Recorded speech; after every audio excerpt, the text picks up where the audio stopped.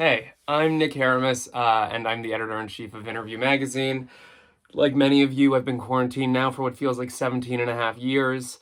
I'm currently in Minnesota with my boyfriend Misha, his mother Margie, his father Arno, his brother Pasha, and their dog Pearl, and I'm currently in what I assume was one of their childhood bedrooms in the attic.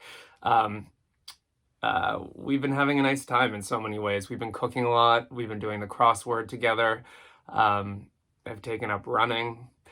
But I would be lying as a magazine editor if I said that it's been easy to produce content in a time of social distancing.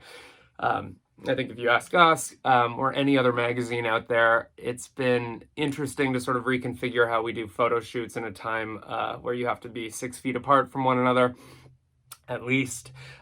So anyway, I thought when Oda Magazine asked me to do a video about a day in the life of a magazine editor, I thought we could kill two birds, one stone, which is a terrible metaphor now that I think about it, but kill no birds. But I thought we could show you 5 of the different ways that we're approaching photo shoots right now, and do that by recreating some photo shoots from our spring issue, which we closed the day that New York went into lockdown, and which many of you won't have seen on newsstands, which is a shame because it's so good. Here it is, Selena Gomez on the cover. Anyway, I'm going to give it a go with my muse and model, Misha, who has no choice but to participate. Thanks. Art direction and photography through video call apps such as Skype, FaceTime, and Zoom have become popular ways to solve the problem of social distancing. Italian Vogue and ID have done it. Jerry Seinfeld was shot through the computer by Daniel Arnold for the New York Times. Jacquemus had Bella Hadid and Barbie Ferreira model his Spring-Summer 2020 collection for Pierre-Ange Carlotti on FaceTime. And here, a look at the U.S. former Secretary of State Madeleine Albright, interviewed for our spring issue by Amy Poehler and photographed by Johnny Rosa through FaceTime.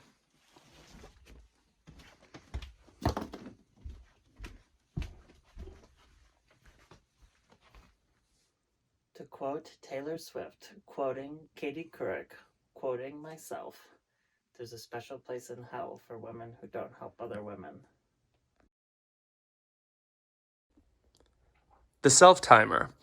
Miley Cyrus did it recently for the cover of WSJ magazine. Ryan McGinley did it for the cover of Womo Vogue. The danger, of course, is that everyone seems to think that they're the next Mizell, but that's not always the case. Although maybe it would have worked with the supermodel Irina Shayk, who was photographed for the new issue by Pierre-Ange Carlotti and styled by Mel Ottenberg, for a story that we titled, rather prophetically, All by Myself.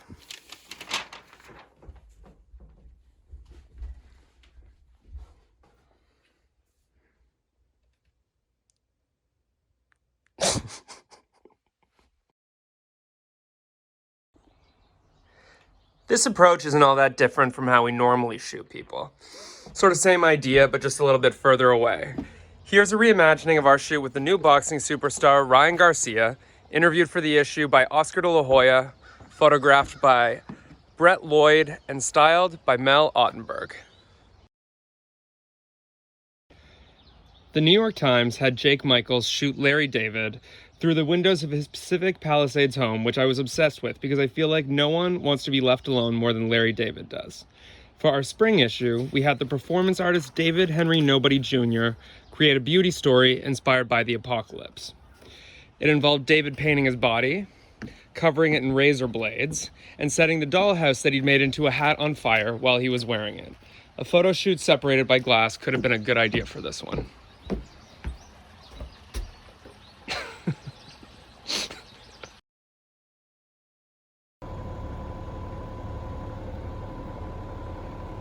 If you don't already have a drone, you can easily get one online. Or if you're like me and hate drones, replicate the general idea while sitting through the sunroof of your car while Pasha drives you down the street. Here, we're recreating our much discussed cover photos of the people's pop star Selena Gomez, interviewed for the issue by Amy Schumer, photographed by Eli Russell Linnitz, and styled by Mel Ottenberg.